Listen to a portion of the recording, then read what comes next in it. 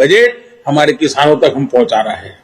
साथियों, पिछले बजट में फर्टिलाइजर की सब्सिडी 80,000 करोड़ रुपए से भी कम रखी गई थी, 79,000 करोड़।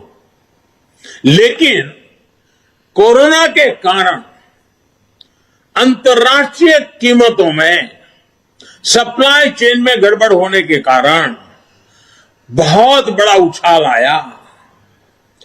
अब जहां हम करीब 80,000 करोड़ का प्रावधान किया था, हमें 60,000 करोड़ और लगाने पड़े।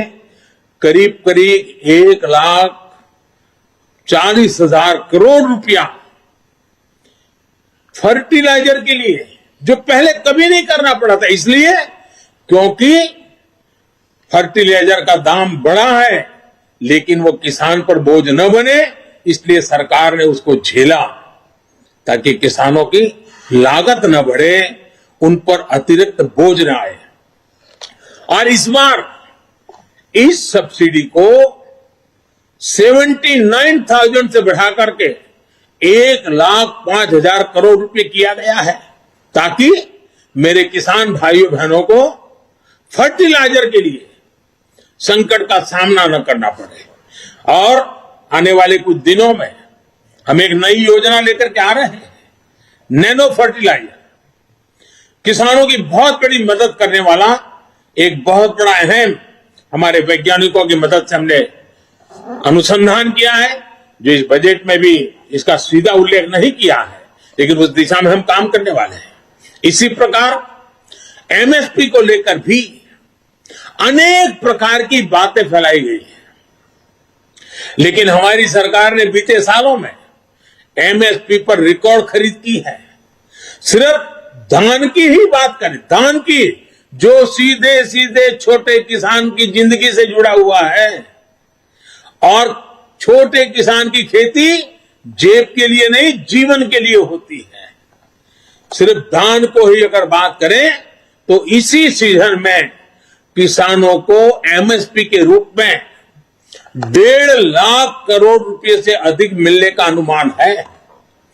बजट में प्रावधान किया गया है कि 2,37,000 करोड़ रुपए का एमएसपी किसानों के बैंक खाते में सीधे ट्रांसफर किया जाएगा। इस साल के बजट में पीएम किसान सम्मान निधि के तहत 68,000 करोड़ रुपए का प्रावधान किया। 68,000 करोड़ रुपया सीधे डायरेक्ट बेनिफिट ट्रांसफर के द्वारा किसान के जेब में पहुंचने वाला है। और ये राशि भी पिछले साल की अपेक्षा ज्यादा है। इसका लाभ भी देश के 11 करोड़ से अधिक किसानों को होगा, और छोटे किसान के लिए तो ये रकम बहुत बड़ी होती है। उसको खेती में कुछ करने के लिए हिम्मत देती है। हमारे ग्रामीण क्षेत्र को, हमारे किसानों को बेहतर सड़कों का भी विशेष लाभ मिलने वाला है। प्रधानमंत्री ग्राम सड़क योजना का बजट पिछले वर्ष की तुलना में 36% बढ़ाया गया है। वहीं रेलवे भी छोटे किसानों की मदद के लिए विशेष प्रावधान करने वाली है। साथियों, नए संकल्प लेना, उन्हें पूरा करने और पूरा करने के लिए जी जान से जुट जाना युवाओं की स्वाभाविक प्रवृत्ति होती है। भाजपा युवा आकांक्षाओं और युवा सपनों को समझती है। ये इस बजट में भी स्पष्ट रूप से दिखता है। इस बजट में स्टार्टअप्स के लिए टैक्स बेनिफिट को आगे बढ़ाया गया है। युवा इनोवेशन, रिसर्च एंड डेवलपमेंट को लेकर जितने भी प्रावधान इस बजट में किए गए हैं, वो युवाओं को इनोवेट करने के लिए प्रोत्साहित करेंगे। मैंने खेती में जिस ड्रोन टेक्नोलॉजी की पहले चर्चा की, वो भी एग्रीटेक स्टार्टअप्स को प्रोत्साहन देगा।